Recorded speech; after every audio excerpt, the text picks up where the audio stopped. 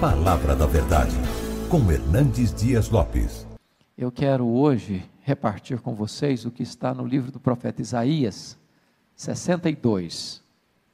Eu vou me deter nos versos 6 e 7, mas eu quero convidar vocês para lermos 62 de 1 a 7.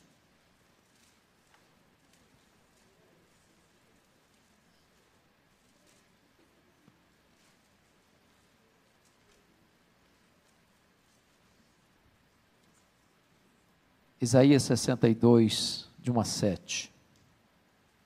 Está escrito o seguinte: por amor de Sião, me não calarei, e por amor de Jerusalém, não me aquietarei, até que saia a sua justiça como um resplendor e a sua salvação como uma tocha acesa. As nações verão a sua justiça, e todos os reis a tua glória. Serás chamada por um nome novo que a boca do Senhor designará. Serás uma coroa de glória na mão do Senhor, um diadema real na mão do teu Deus.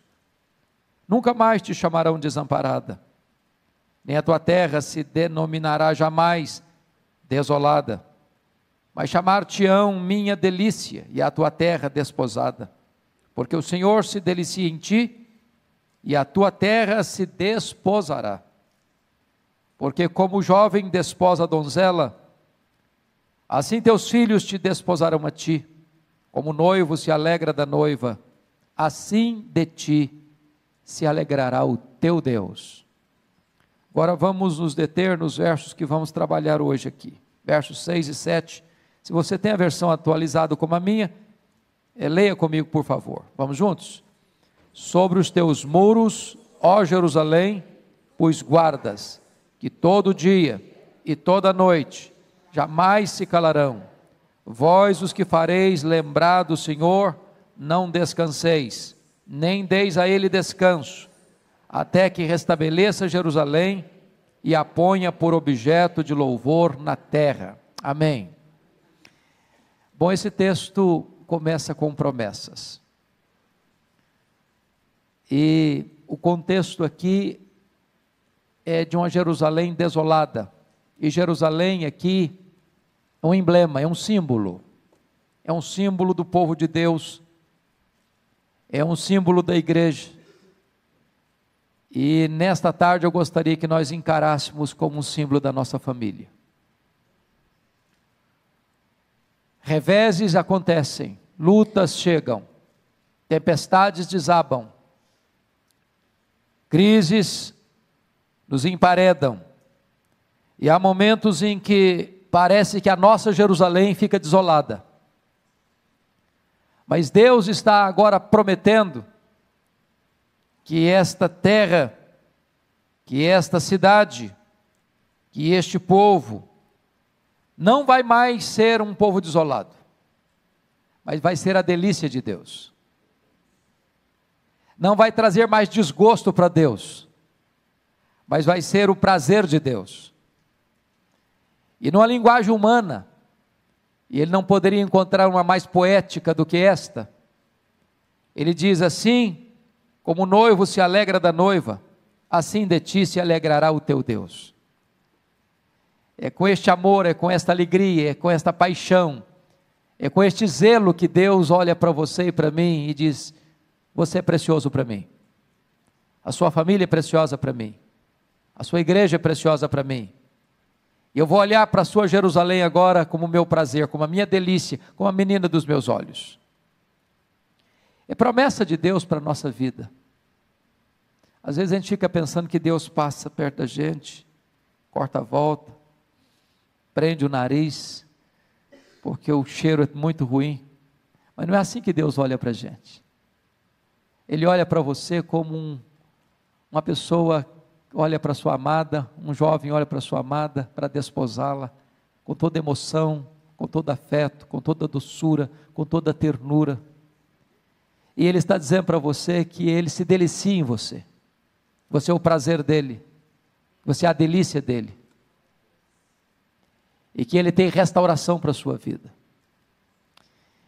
Esse texto, depois de tratar das promessas, vai mostrar que embora as promessas nos são feitas, mas nós as obteremos por meio da oração.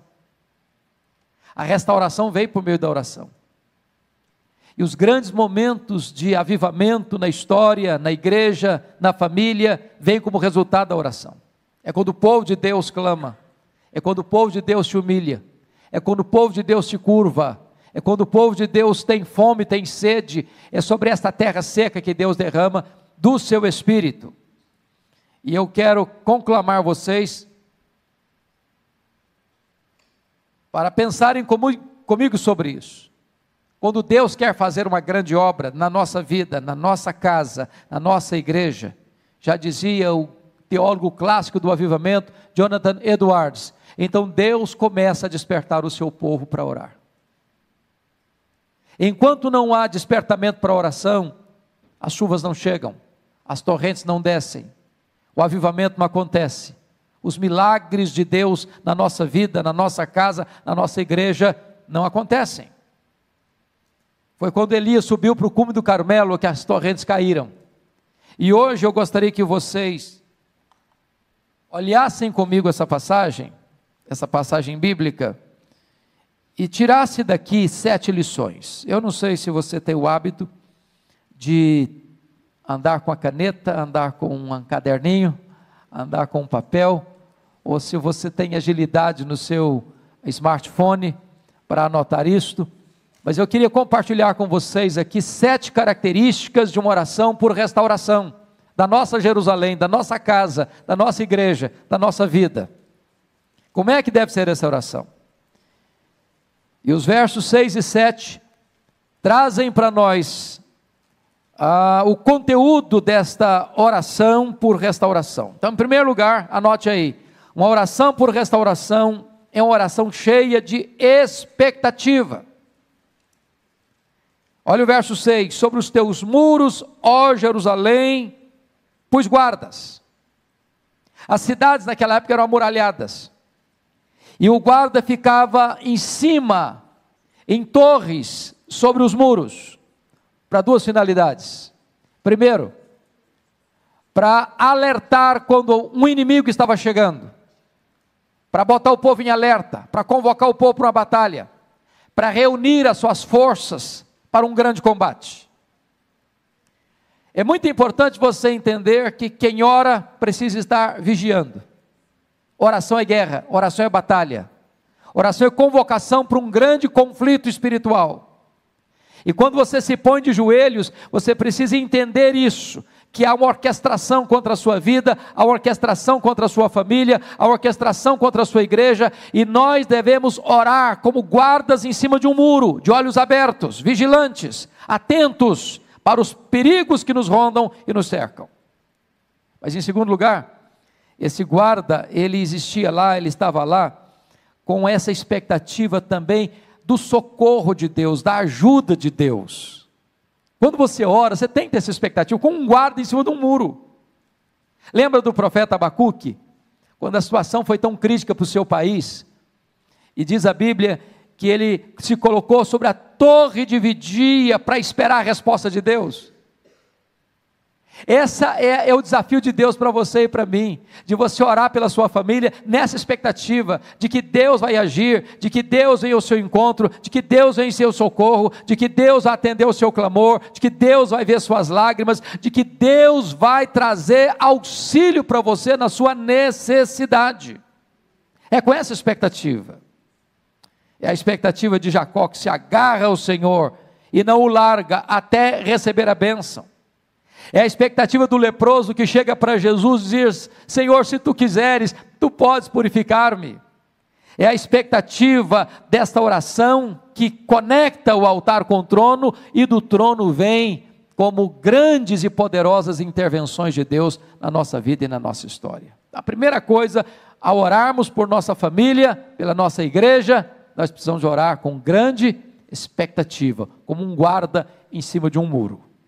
Segunda coisa, oração por restauração é uma oração perseverante. Olha o verso 6 ainda, que todo dia e toda noite jamais se calarão. Então não é apenas você ter expectativa, é você perseverar. O nosso problema, na verdade, irmãs, não é começar a orar, é continuar orando. Numa linguagem bem popular, dizem que nós temos muita iniciativa e pouca acabativa. Pouca acabativa. Nós perseveramos muito pouco. Nós temos dificuldade de continuar insistindo com Deus numa causa. Jesus Cristo, lá em Lucas 18, nos falou sobre a necessidade de orar sem cessar e nunca esmorecer. O apóstolo Paulo, lá em 1 Tessalonicenses 5,17, ele diz: orai sem cessar. Isaías está mostrando aqui para nós, que nós somos como esses guardas, que todo dia, toda noite, jamais se calam. Já pensou você, um guarda, na torre de sentinela, chegando o perigo, e ele calado?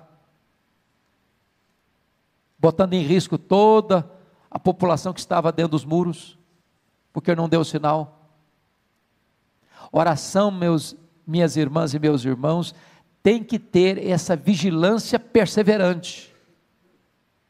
Não dá para cochilar, não dá para retroceder, não dá para parar no meio do caminho, não dá. Por que o Pentecostes chegou? É porque Jesus Cristo disse para os seus discípulos assim: permanecei na cidade até que. E eles entraram para o cenáculo, e diz a Bíblia que todos, unânimes, oraram perseverantemente. E a Bíblia não diz que Jesus diz: olha, esperem 10 dias. Aconteceram 10 dias, mas Jesus não disse fica até 10 dias, podia ser um mês, podia ser um ano, até que. É com essa perseverança que nós devemos orar. Quantas vezes desistimos de orar por uma causa, por um filho, por uma filha, pelo casamento, pelo namoro, pelo emprego, pela igreja, pela vida espiritual, pela nossa necessidade, e às vezes desistimos no limiar da bênção, no limiar da vitória. É preciso perseverança. Querem um exemplo? Eu não sei quantas de vocês já leram o livro Reavivamento na África do Sul, mas os estudiosos dizem que aquele avivamento coreano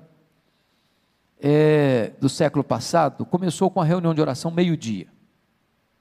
De repente, quem liderava essa reunião, depois de um mês de oração, ele chegou para os irmãos que estavam reunidos e olha, vamos parar. Nós já oramos um mês, não aconteceu nada, então nós temos uma agenda muito intensa, temos visitas para fazer, temos pessoas para assistir, temos sermões para pregar, temos trabalho para realizar, então vamos voltar à nossa atividade normal. Aí brota de dentro do grupo que estava orando já há um mês, sem ver nenhum sinal do favor de Deus, não, vamos perseverar. E foi nessa perseverança que de repente os céus se fenderam. E o Espírito Santo desceu com grande graça e poder sobre aquela igreja, e até hoje você vê os sinais deste avivamento, porque lá nenhuma igreja é organizada sem ter uma reunião diária de oração. Então é preciso perseverar. Você não sabe o tempo de Deus, você não sabe a hora que Deus vai endereçar para você aquela vitória que você está pedindo, aquele anseio da sua alma que você tanto anela no coração. Então persevere. Todo dia e toda noite, jamais se calarão. Não desista, não retroceda, não esmoreça, não desanime, persevere. Terceira verdade que nós podemos, terceira lição, a oração por restauração, em terceiro lugar, é uma oração ousada, fundamentada nas promessas de Deus. Olha o verso 6 ainda, vós os que fareis lembrar do Senhor. O que significa isso? Oração é lembrar a Deus o que Deus falou e prometeu em sua palavra. E eu pergunto a vocês, Deus precisa ser lembrado? É claro que não. Deus tem memória curta? É claro que não. Deus se esquece de alguma coisa? É claro que não. Mas quando Deus nos orienta a lembrá-lo do que ele falou, não é Deus que está precisando de ser lembrado, somos nós que precisamos nos lembrar do que ele nos prometeu. Porque oração é exatamente falar para Deus, falar: Deus, eu estou pedindo o que o Senhor prometeu, é orar as promessas de Deus, é orar a palavra de Deus, e orar as promessas de Deus, e pedir para Deus aquilo que Ele já prometeu na sua palavra, é ter a convicção de que você está orando segundo a vontade de Deus, porque Ele vela pela sua palavra em a cumprir, Ele não deixa que nenhuma das suas promessas caia por terra, em todas elas nós temos o sim, e nós temos o amém, louvado seja Deus por isso. Se vocês fizerem um exercício, de examinar as orações registradas na Bíblia, vocês notarão que a vasta maioria delas foram orações feitas, fundamentadas nas promessas de Deus. Foi assim com o rei Ezequias, foi assim com o rei Josafá, foi assim com o profeta Daniel, foi assim com Neemias. Eles começam a orar dizendo: Deus, tu falaste, tu prometeste, a tua palavra diz. E quando você ora assim, você ora com ousadia, você ora na convicção de que você está pedindo algo que é da expressa vontade de Deus, porque Deus não deixa a sua palavra e as suas promessas caducarem. Vocês acham que Deus está interessado na salvação da nossa família? Vocês acham que Deus se interessa pela salvação dos nossos filhos? Vocês acham que Deus se interessa pela harmonia do nosso casamento? Vocês acham que Deus está interessado na salvação de toda a nossa casa? Promessa dele. Nossos filhos são herança dele. Deus prometeu, e nós devemos orar assim: Deus, tu falaste, tu prometeste, os nossos filhos são teus, não geramos filhos para a morte, não geramos filhos para o cativeiro, não geramos filhos para servir o mundo, nós geramos filhos para o louvor da tua glória. Então, Senhor, alcança o coração deles, então, Senhor, cerca a vida deles com o teu cuidado, então, Senhor, manda alguém lá onde eles estão, manda um mensageiro teu lá onde eles estão, manifesta o poder da tua graça, abre para nós uma porta da tua providência. Nós precisamos orar desta maneira, as promessas de Deus. Quarta lição, uma oração por restauração é uma oração ininterrupta e infatigável. Olha o verso 6 ainda: não descanseis. Bom, eu acho que ninguém aqui tem dúvidas de que nada cansa mais a gente fisicamente do que oração. Quer ver uma pessoa cansada? Manda ela orar. Você pedir para o camarada: vai lá no centro da cidade, compra isso assim para mim, o cara vai, volta, carinha alegre, pede para ele ajoelhar 10 minutos e orar, com 3 minutos ele esgotou o assunto.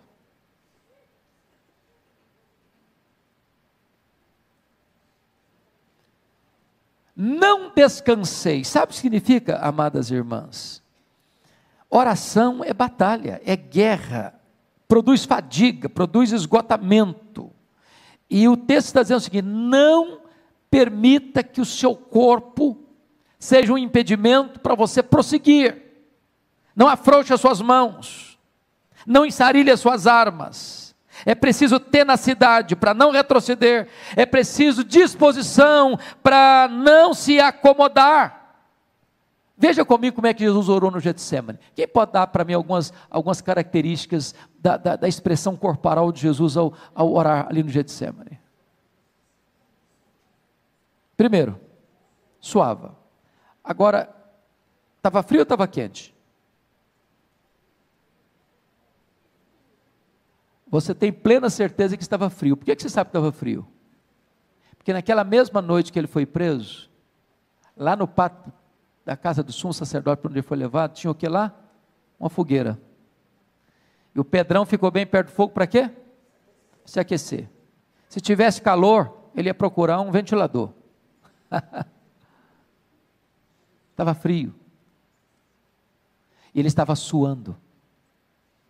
Segundo, ele estava chorando convulsivamente, diz Hebreus 5:7. oferecendo forte clamor e lágrimas. Terceiro, ele estava suando sangue.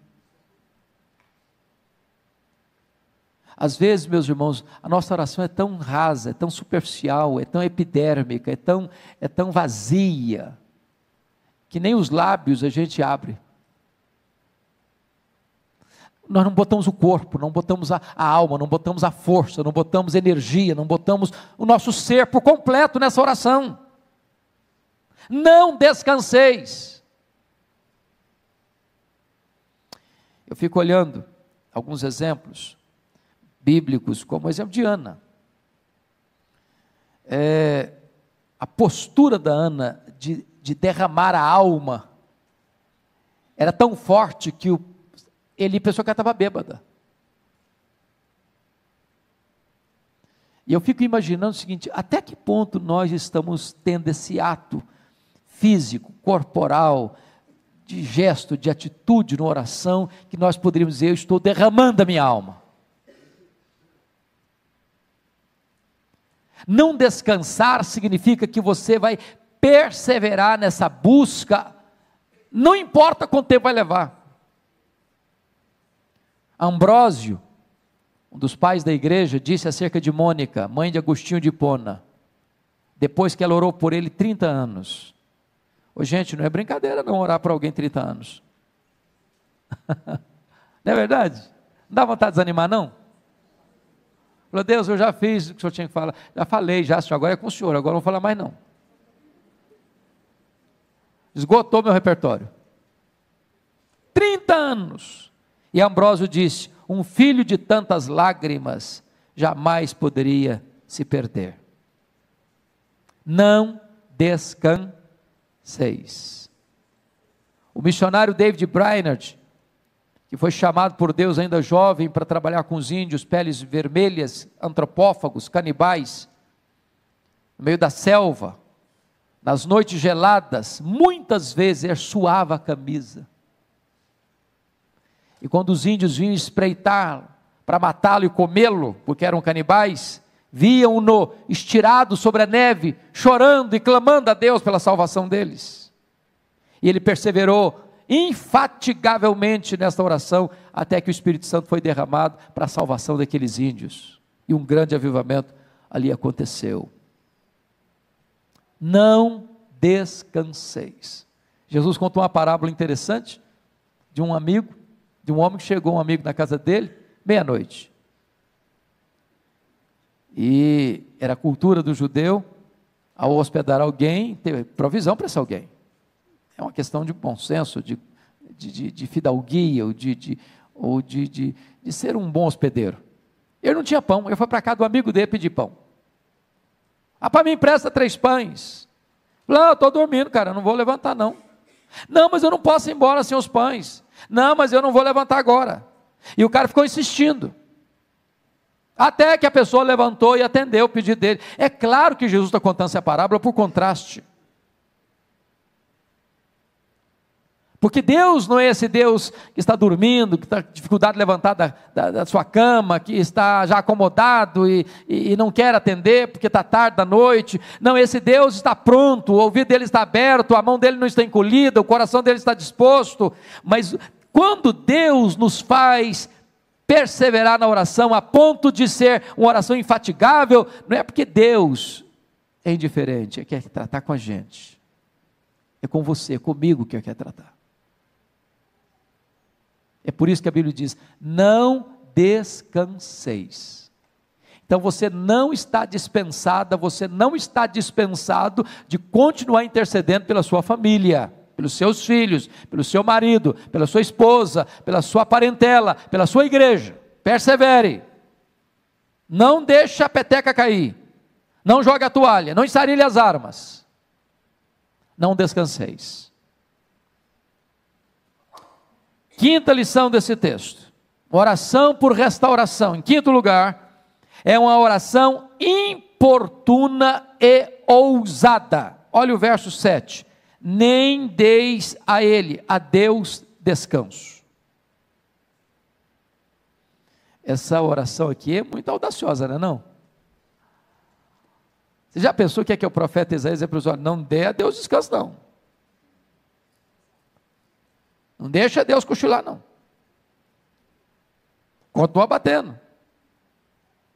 Lutero dizia que oração é esmurrar o céu.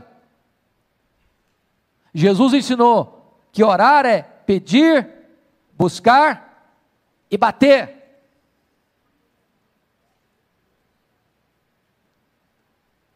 Orar é você chegar a Deus. Estou aqui, Senhor. Aí, mãe, Senhor, estou aqui de novo, Senhor. Aí, Senhor, ó. Ó Deus, ó, o Senhor está lembrado? O Senhor prometeu, né? Estou aqui de novo. O Senhor já tem uma semana, já tem um mês. O Senhor já tem um ano. O Senhor já tem 10 anos. O Senhor tem 20 anos. Estou aqui, Senhor, ó. O Senhor prometeu. Estou aqui de novo. Estou aqui outra vez. Olha eu de novo aqui. Não deis a Deus descanso. Irmãos, é claro que isso é uma linguagem humana para nós. Vocês estão percebendo? Vocês acham que Deus fica assim, incomodado? Quem lembra do filme O Todo-Poderoso? O camarada lá que tentou ser de Deus, e aí tanto pedido, ele botou atender tudo uma vezada só. Não, Deus não tem esse problema que você e eu temos de agenda cheia. Deus não fica estressado porque todo mundo está pedindo ao mesmo tempo. Mas quando o profeta diz, não deis a Deus descanso, é que Deus quer nos ensinar o seguinte, que Deus tem prazer quando você chega para Ele e diz, Deus, eu estou aqui, Tu prometeste, é a Tua palavra, é a Tua promessa, eu preciso, eu necessito, eu careço, Senhor, olha para mim, olha para minha casa, olha para o meu casamento, olha para o meu filho, olha para minha filha, olha, meu Deus, para minha família, estou aqui, Senhor, Tu sabes que eu estou sofrendo, Tu sabes, meu Deus, a minha necessidade, a minha angústia, meu Deus, olha aqui, eu estou aqui. É Deus quem nos orienta a fazer isso. Não deis a Ele descanso. Lembra do Jacó? Eu acho maravilhosa a figura do Jacó. A Jacó grudou no anjo, que o anjo era o próprio Deus. Eu não te deixarei ir se tu não me abençoares. É assim que você deve orar. Lembra do Moisés, quando está orando pela nação rebelde? Senhor, perdoa esse povo, senão risco o meu nome do livro. Ou uma coisa ou outra. É com essa audácia e com essa humildade é que ele chega diante de Deus. Eu fico impressionado com a oração de Abraão em favor de Ló e da família de Ló, quando a cidade de Sodoma estava sendo destruída. Você insistir com Deus, Senhor, se eu tiver lá tanta gente, e se tiver tanto, e se tiver tanto, e se tiver tanto, e se tiver tanto, e Deus, não, eu vou atender. Ele parou de orar, porque se ele tivesse continuado, Deus continua respondendo. Não deis a Deus descanso. Eu acho que vocês já leram sobre o avivamento dos Estados Unidos do século XIX, e para nós esse avivamento é muito importante, porque começa com um homem que era um comerciante, Jeremias Lampier, e ele era um vendedor, e depois ele foi nomeado como missionário urbano, e esse missionário, Jeremias Lampier, teve uma ideia, vou escrever um folheto, e vou distribuir perto do hotel, onde ele se reunia com os comerciantes, e distribuiu, e convidou as pessoas para virem para uma reunião de oração, meio-dia no hotel. Na primeira semana vieram 40 pessoas, em 6 meses, tinham 10 mil homens de negócio orando por avivamento nos Estados Unidos. A reunião de oração parecia que se estendia para o país inteiro. Um dia um homem fez uma viagem de 800 milhas de trem, disse, hoje eu vi uma reunião de oração de 800 milhas. O país inteiro estava orando. 2 milhões de pessoas convertidas. E foi exatamente deste avivamento que veio para cá o nosso missionário, Ashbel Green Simonton. Então preste bem atenção nisso, minhas irmãs, a necessidade de você insistir com Deus no seu pedido. Não deis a Deus descanso. Sexta lição desse texto. Uma oração por restauração da nossa vida, da nossa família, da nossa igreja, é uma oração que não desiste, nem abre mão da resposta. Olha o verso 7. Não deis a ele descanso até que restabeleça Jerusalém. Se você gosta de grifar na sua Bíblia, grife essa frase aí, até que.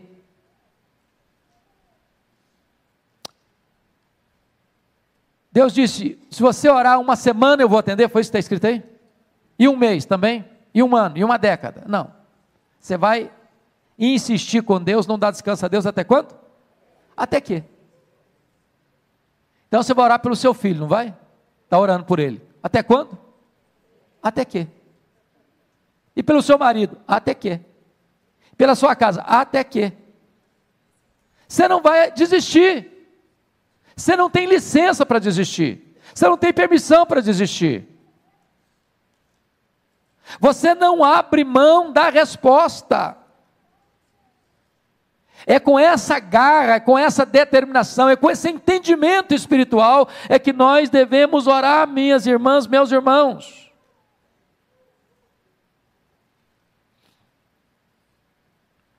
O avivamento na África do Sul demorou 12 anos. 12 anos. Do dia que eles começaram a orar por avivamento, até o dia que o avivamento chegou. Mas não é assim, hoje eu oro hoje, daqui um mês eu oro de novo. Não, nem isso não. É de orar focadamente, precisamente, especificamente, objetivamente por essa causa. Quem já leu as obras ou a biografia de George Miller, os biógrafos de George Miller dizem que ele teve mais de 3.000 orações específicas respondidas. 2 não foram, enquanto ele viveu. 2 amigos pelos quais George Miller orou pela conversão, eles não se converteram. Um deles se converteu quando ficou sabendo que tinha morrido. O segundo se converteu no funeral. Eu não sei se você vai ver todas as suas orações respondidas em vida, mas saiba que nenhuma oração sua ficará sem resposta, ainda que você não veja. Finalmente, último lugar, 7º lugar, uma oração por restauração da nossa vida, da nossa família, da nossa igreja, é uma oração específica, por uma intervenção sobrenatural de Deus, por uma restauração gloriosa de Deus. Olha aí o versículo 7, até que restabeleça Jerusalém e a ponha por objeto de louvor na terra. Jerusalém estava desolada, e Deus prometeu de transformar aquela cidade desolada numa coroa de glória, uma diadema real. Aquela cidade que estava provocando a ira de Deus, o desgosto de Deus, seria a delícia de Deus. Em vez de Deus olhar para ela e cortar a volta dela, Deus olhava para ela como um noivo, desposava a sua amada, tendo prazer nela, contentamento nela e felicidade nela. E agora que Deus prometeu isso, Deus nos ensina a orar até que isso aconteça. Vejam vocês que Ele não está pedindo bênçãos materiais, Ele está pedindo que Deus restabeleça Jerusalém e a ponha como coroa de glória na sua mão. Ele está pedindo um reavivamento espiritual, Ele está pedindo uma restauração espiritual, Ele está pedindo um novo vigor espiritual para a cidade de Jerusalém, que é um símbolo da igreja, que é um símbolo da nossa vida, que é um símbolo da nossa família.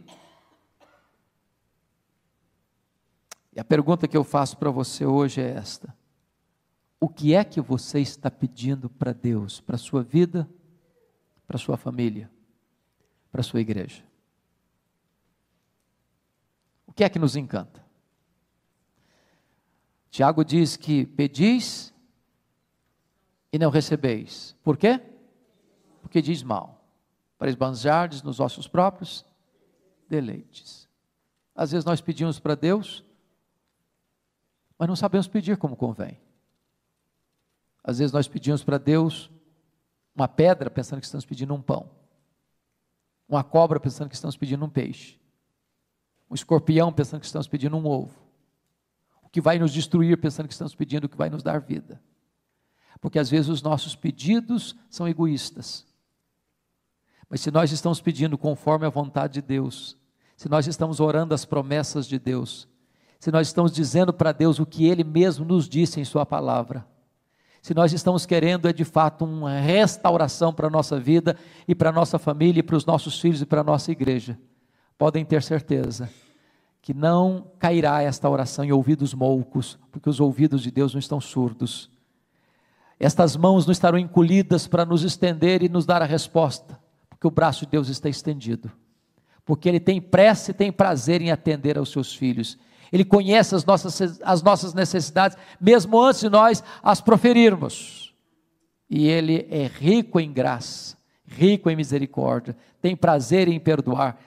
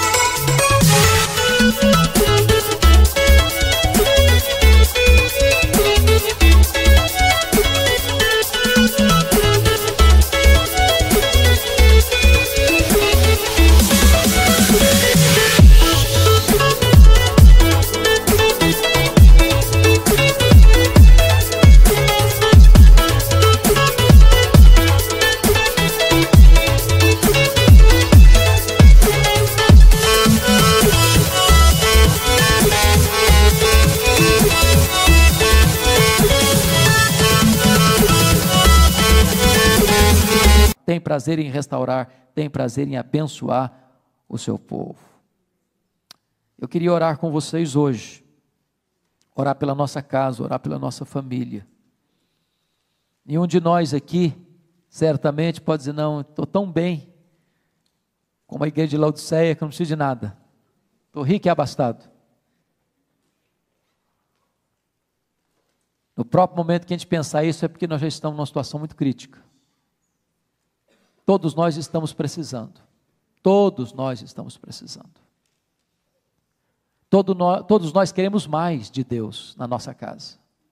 Mais de Deus na nossa casa. A nossa casa não precisa tanto de mais coisas, precisa mais de Deus. Mais de Deus. Então eu gostaria que nós orássemos nesse sentido. Se você quer colocar uma causa específica hoje, não a causa genérica, mas específica, eu quero hoje orar pelo meu marido, quero hoje orar pelo meu noivo, quero hoje orar pela minha esposa, quero hoje orar pelo meu filho, a minha filha, eu quero hoje orar por um reavivamento dentro da minha casa, por uma restauração espiritual dentro do meu lar, por uma libertação dentro da minha família, por uma cura dentro da minha família. Nós vamos colocar esta causa nas mãos de Deus, crendo que Deus é poderoso para fazer infinitamente mais. Então, se você deseja fazer isso, onde você está, fique em pé e nós vamos orar.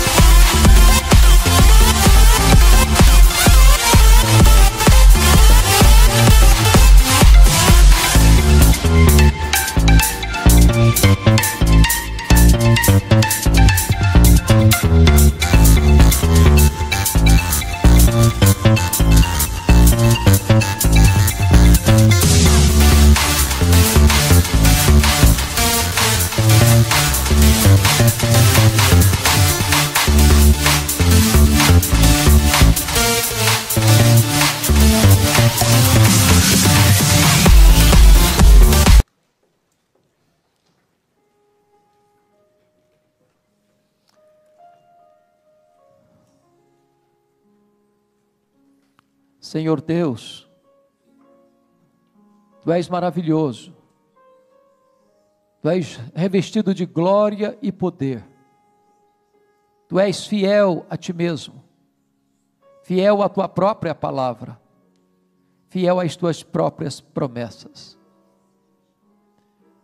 Nós estamos aqui cheios de esperança, porque a esperança que temos não emana de nós mesmos, não procede do braço da carne. A esperança que nutrimos na alma emana da Tua própria palavra, palavra viva, palavra poderosa, palavra que não pode falhar. Nós não estamos endereçando a nossa oração a um ídolo mudo, a um Deus pagão. Nós estamos nos dirigindo a Ti, Deus, Criador dos céus e da terra, aquele que tem o controle da história nas mãos, aquele que olha do céu e contempla o povo a quem Tu amaste desde a eternidade. Glória ao Teu nome, porque nós fomos amados, atraídos por Ti, transformados por Tua graça. E hoje, nesta tarde, o que nós pedimos é restauração, é um reavivamento para a nossa alma, um reavivamento para o nosso coração, para a nossa família, para a nossa casa, a nossa família, Senhor. Meu Deus, vá ao encontro do marido, vá ao encontro da esposa, vá ao encontro do filho, da filha, vá ao encontro do pai, da mãe, em nome de Jesus, vá ao encontro do irmão, da irmã, do tio, da tia, do avô, da avó, traz salvação para a nossa família, Senhor. Aqueles que estão cativos, liberta-os. Aqueles que estão longe, os pródigos, traz-os de volta à Tua casa. Aqueles que estão desviados, toca o coração deles. Aqueles que estão vivendo, meu Deus, apáticos, uma vida mundana, meu Deus, abre os olhos da alma e mostra a eles o banquete da graça. Traz restauração para a nossa casa, traz cura para a nossa casa, traz paz para a nossa casa, traz alegria para a nossa casa, traz a doçura da Tua presença para a nossa casa, enche a nossa casa com a Tua glória, Senhor. Bendito é o Teu nome, porque Tu és o Deus que responde orações. Bendito é o Teu nome, porque Tu não despedes vazios aqueles que chegam na Tua presença com o coração quebrantado. Glória ao Teu nome, porque Tu és o Deus vivo, o Deus que faz maravilhas, o Deus que responde o clamor do aflito, o Deus que atende a necessidade daquele que está carente, o Deus que enche de bens o faminto. Louvado seja o Teu nome, por esta gloriosa e bendita hora de oração. Glória ao Teu nome pelas pessoas que vieram a esta tarde aqui buscar a Tua face, que ao voltarmos para casa, Senhor, voltemos como Ana um dia voltou, com brilho no rosto, com a promessa da vitória nas mãos. Louvado seja o Teu nome, em nome de Jesus. Aleluia. Amém. Amém. Louvado seja Deus.